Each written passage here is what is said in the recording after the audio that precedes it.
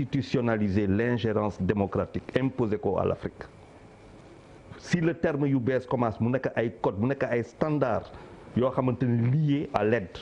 nit ñi dañ lay jàppale da nga bëgg xam ñu jàppale la pour nga réajuster wante faw léegi gouvernance le discours de la boule c'est là fa la jógee gouvernance les droits humains l'indépendance de la justice l'administration comment dire une administration efficace ak yu demee noonu donc parce que justement amuñu moyen yu ngay wax noonu on nous impose dëkk buy tàllal loxo ñu lay jox faw nga def loo xamante ne moom lañ lay imposer. mais Charles formule boobu tu m'excuses mais elle n'a pas donné de bons fruits maintenant parce que moo leen andi problème yi tu sais pourquoi. mais c'est ce que parce que la Chine par exemple elle vient t'aider et te dit je ne fais pas d'ingérence ni ngay dundalee sa dëkk ak ni nga koy doxalee sama yoon nekk aussi. mais c'est ce qui a amené aujourd'hui le problème aux Occidentaux par rapport à la position de la Chine dans le monde. non ça veut dire que la Chine c'est très récent. c'est leur credo ñoom. waaw c'est que la Chine c'est très récent tey la Chine elle se retrouve dans une guerre commerciale États-Unis le bloc occidental donc tubaab bi day xool tubaab bi lu ñuy def moom mu ñëw dëpp ko def ko autrement jox la xaalis mais du ma xool lu ngay def ça m'intéresse pas l'essentiel mooy na nga consommer si man donc c'est la guerre commerciale.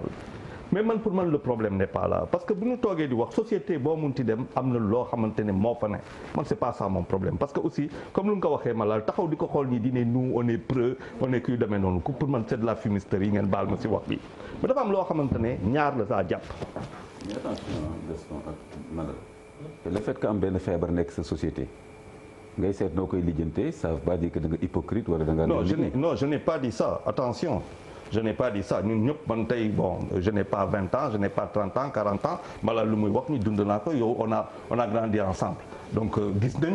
nañu quartier yi et tout et pourtant nit ñi daaw ñu leen dóor daal ñu leen sànni xeer il y avait benn forme de respect mais dafa am leneen lu am boo xamante ni moom la ñu war a xool seetaan man du ma convoquer religion si yooyu xam nga tey dañu ne par exemple homosexualité mais boo waxee homosexualité économie moo nekk si gannaaw mais homosexualité dafa am cinéma dafa am ay articles dafa am ay yëreem dafa am ay yu demee noonu c'est un énorme marché vaste marché. une industrie derrière. donc da ngay dem xool l'affaire économique. waaw léegi nag l'Afrique 1,2 milliard de personnes tey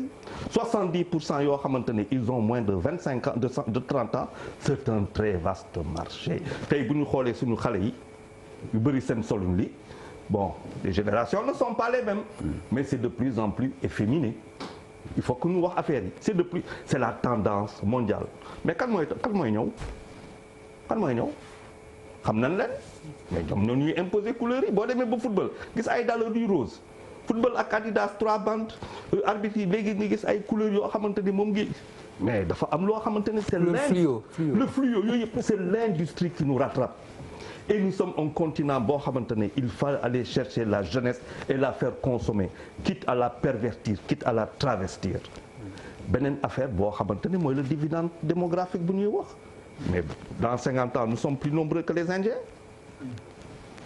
nekk ak chinois yi mais c'est un vaste marché mais c'est aussi une menace actuellement mais kan mooy feesal dëkk tubaab bi ñun la mais dans un siècle il y a plus de blancs bu ñu continuer nii tu auras que des métis ban monde universel la ñuy am il y a une à mon sens am na loo xamante ni ñun fa lañ ko war a liggéey c'est-à-dire que moi je trouve très dommage que ñuy toog épidermique quoi ñu ne ñun c'est bien les religieux mais je dis encore une fois si tu es un excellent musulman si tu es un excellent catholique yenn wax yi doo ko dégg Sénégal donc dañ teg wax boobu de côté c'est-à-dire juste sur les idées lan la ñu mun a développer on est en train de nous imposer deux choses l'industrie homosexuelle lu ñu fi bëgg a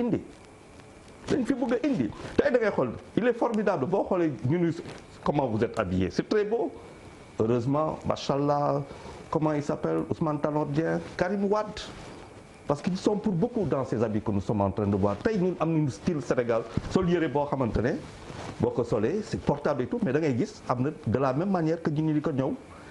sans fente di ko jox góor mu niroo robe c'est des tendances xool leen bu baax il y a des garçons qui quand ils portent ça tout de suite tu peux faire le parallèle et c'est sous nos yeux fait par nos tailleurs donc dafa am loo xamante ne industrie la fokk ñu taxaw si loolu sinon on risque de manière épidermique di wax lii tubaab yi ñoom qui sont très très patients ils savent par quel canot passer pour laal ñu fu ñu war a laal jaay ñu lu ñu bëgg a jaay muy ñu koy sol di si dem oto yi di changer couleur yëpp di changer couleur et puis bon le temps que tu t'en rends compte tu as une génération efféminée et puis un monde efféminé. Alors